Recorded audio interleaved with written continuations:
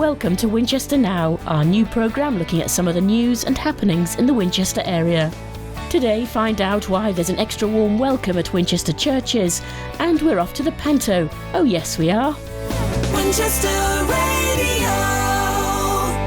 A number of Winchester churches are opening their doors to provide a warm welcome during the colder months. It's part of their response to the cost of living crisis. It's thought 16 million people will be in fuel poverty this winter, and Winchester is not immune. A free warm space is being made available each day, with a number of churches involved, including United Church, St Paul's, the Salvation Army and Vineyard Church. I went to Hope Church, which has extended a number of church events into warm welcomes and has set up a share table for people to bring and share surplus food. Babs Isaac is the Christians Against Poverty manager for Winchester, based out of Hope Church.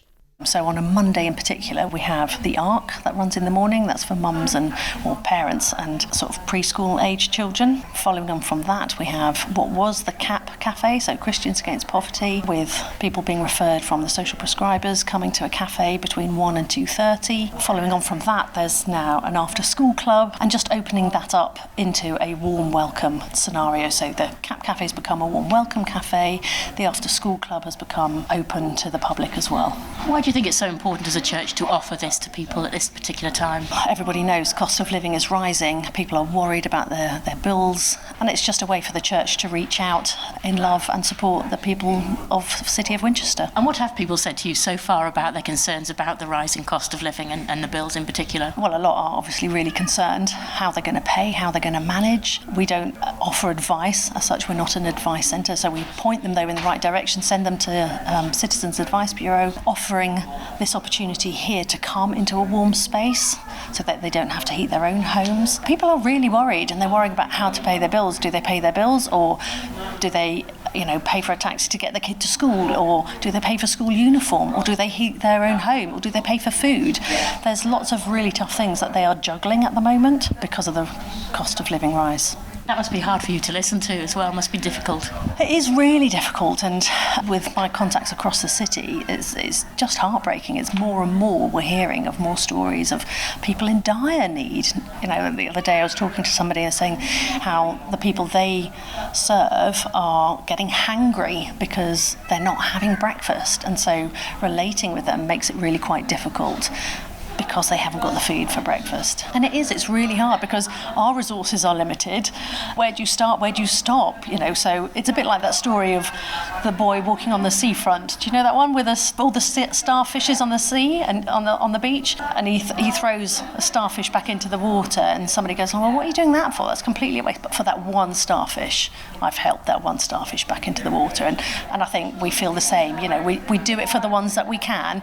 And if, the people across the city work together, more people we can help. So I know the warm welcome, it's not just here at Hope. Other churches across the city are doing things, and churches together are working together and opening up on different days, trying to help those in need. You're going to be having your heating on to keep this warm welcome. How do you afford it, and will you be able to afford it? Yeah, the tariff was a set tariff last year for a couple of years, so ours is, fortunately, it's capped, so we know at least for another year we're okay. But you're right, for us, it's a big building, it has to be heated.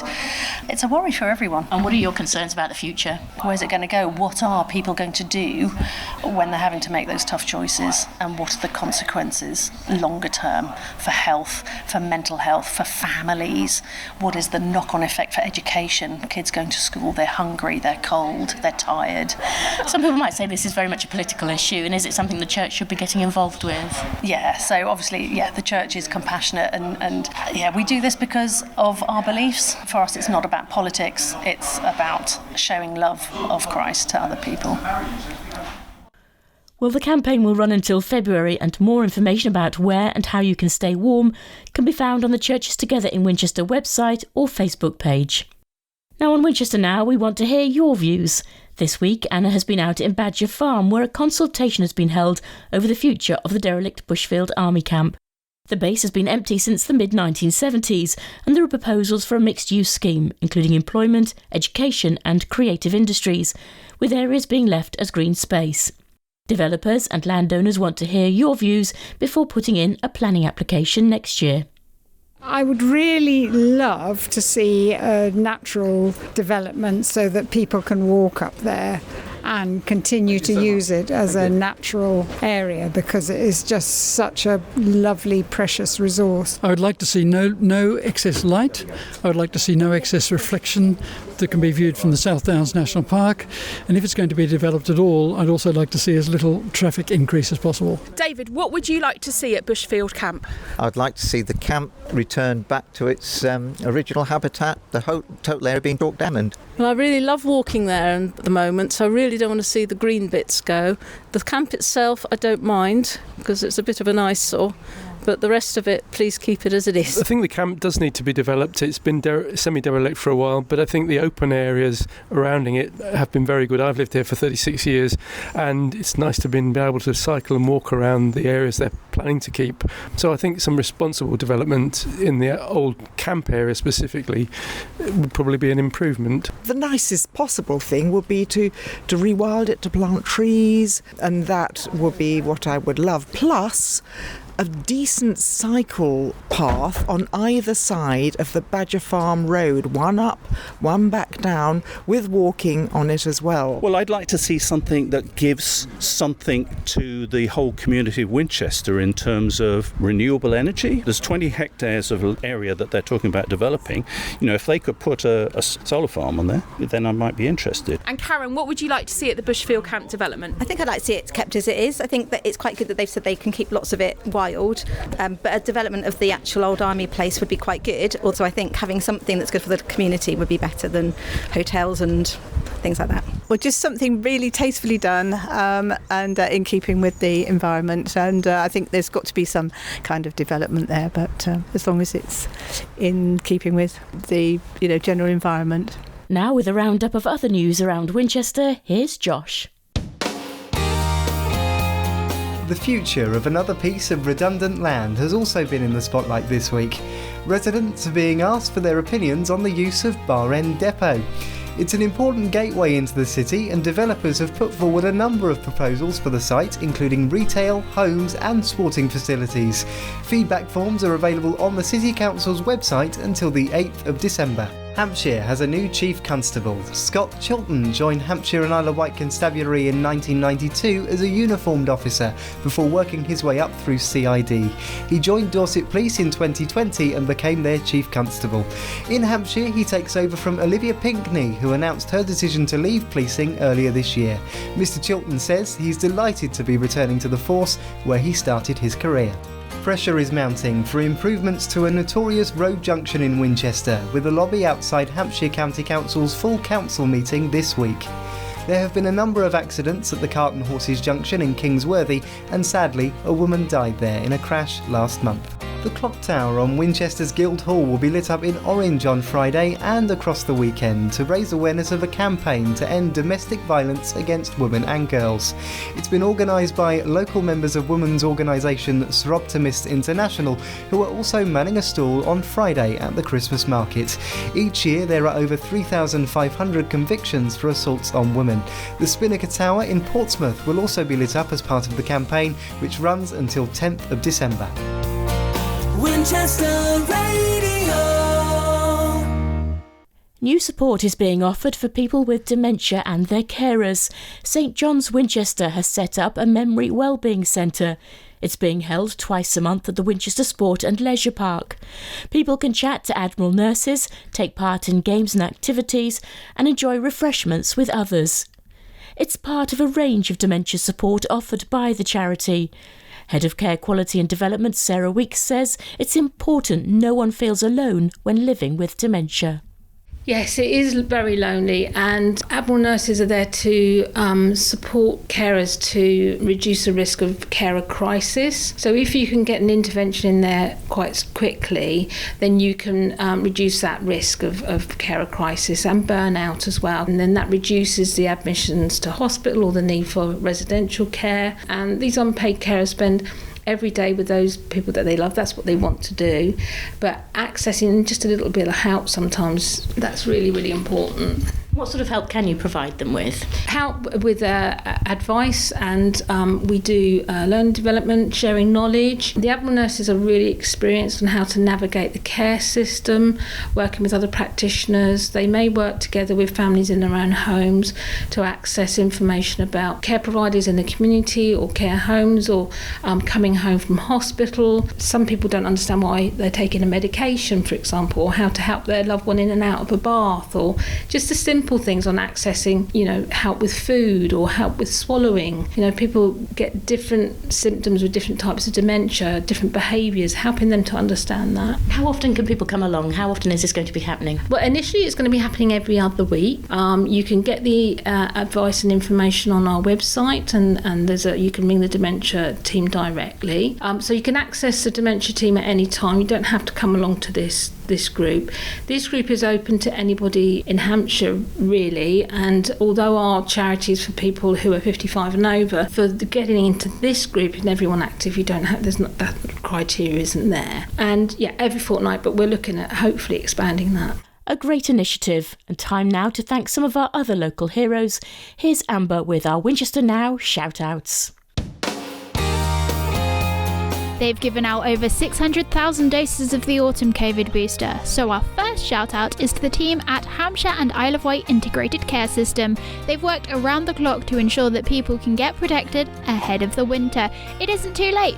You can still get your jab by visiting nhs.uk/winter vaccinations. And Hampshire hospitals are celebrating the work of healthcare support workers this week. They've held a special day in their honour. Here's Chief Nurse Julie Dawes and Clinical Nurse Assistant Anne Saward, who's worked for the Trust for 19 years. These are a workforce who give the most intimate and private care to our patients, and they're often our unsung heroes. We are really keen for people to join this workforce. We do have vacancies at the moment. Thank you so much to everything you do every single day. Today is a time to give yourselves a pat on the back and for you to appreciate how much we appreciate you. I work with the best team in the world, from the ward sisters to carers, nurses, doctors, domestic team and theatre staff. Every shift I book patients in for surgery and chat to them and reassure them. Having a laugh with patients and getting to know them is great, and being told that you made their journey in the hospital a good one. That's why I enjoy my job, and I look forward to all my shifts at Winchester Hospital. And finally, a special mention to the Winchester Bid Rangers. It's 4 years this week since the team was set up to try and reduce crime and make the city centre safer. In that time, they have helped many local businesses and recovered over £52,000 worth of stolen goods. Winchester Radio. And finally, it's panto time. There's Goldilocks at the Mayflower and the Wizard of Oz at Winchester Theatre Royal. But across the area, local pantos are also taking place in village halls and community centres. The Crawley Players with the Wizard of Oz, Snow White in Otterbourne in January, and the Worthy Players with Panto Trek, who allowed me to join their rehearsals. I'm dreadfully sorry, how terribly rude of me. Let me introduce myself. My name is Dame Widow Cranky. WC to my friends. Rehearsing hard with little over a week to go before curtain up, the Worthy Players perform Panto Trek, where sci-fi meets panto. David Wolford is the director and co-writer. It's traditional pantomime with a little twist of, extra bits and pieces with the Star Trek sort of, in inverted commas, characters sort of coming up again. So it's one of those things that is fun for all the family, hopefully. And do we still have the boos and hisses and all the traditional panto things that we expect to see? Oh, yes, we enjoy that sort of thing. The boos, the hisses, the, oh, no, he's not, and all that sort of thing. It's very much a case of that. And it's very inclusive. And, of course, very local. We're here! We're here! Do you want anyone dirty work today? Do you hear? Do you hear? And of course, every panto must have a panto dame, a baddie or two, but good must surely triumph in the end. Treve and David, you're baddies. How's that? What's that like? Getting booed and hissed at? I love it. What do you two both love about doing panto, and why do you do it each year? Seeing smiles on faces, is it? And having a good old sing-song. I didn't realise I'd enjoy it so much. You struggle at first, but when you get going, the curtain opens. It's good fun, isn't it, Dave? That's right, yes. Yeah. And a week to go, how's it feeling? Yeah. Is it only a week to go, Dave? Yes. Yes? How does it feel? It feels It feels fine, doesn't it, Dave? Yes, we're prepared. Everything's under control. Everything's under control. Do you know your lines? Of course I do. Yeah, well, I know your lines, but I don't know mine. Hello, I'm Kai, and I'm playing the Dame for this year's panto. What's it like playing the Dame in panto? Well, it's actually the second time one has played the Dame, and he's rather enjoying it. Sorry, she's rather enjoying it. And you've got a lovely costume here, and very glamorous as well, very colourful. Why, thank you, of course, yes. But if you come to see the show, you'll see how fabulous I look on stage yourself. Why do you enjoy doing panto? In particular, why do you enjoy playing the Dame? Well, obviously the Dame is one of the most important parts, and she has the most lines, naturally. But also to see those faces, young and old, enjoying themselves. The Worthy players have been performing panto in Kingsworthy for nearly 50 years, as well as drama, comedy and variety. In fact, it's their anniversary next year. Claire plays Peter Pan in the show. Oh, well, it's lovely to hear the kids laugh. When you're doing a straight play, it's lovely to hear the audience gasp. But yeah, it's just great doing it for the kids and seeing all the adults get the jokes in panto. That's always good fun. Yeah, because sometimes there's jokes that the children don't always understand, do they? Yes, definitely in panto. Not quite so many this year, but yeah, there's some that definitely go over the kids' heads. And how long have you been doing this? Well, next year I'll have been in the group 20 years. And what do you enjoy most about it? Well, I said I'd never be on stage when I first joined, and then I got 3 parts in my first panto and got the buzz, really. So I enjoy being on stage, I enjoy doing the comedies, and I just like the social side of it. It's the best bit.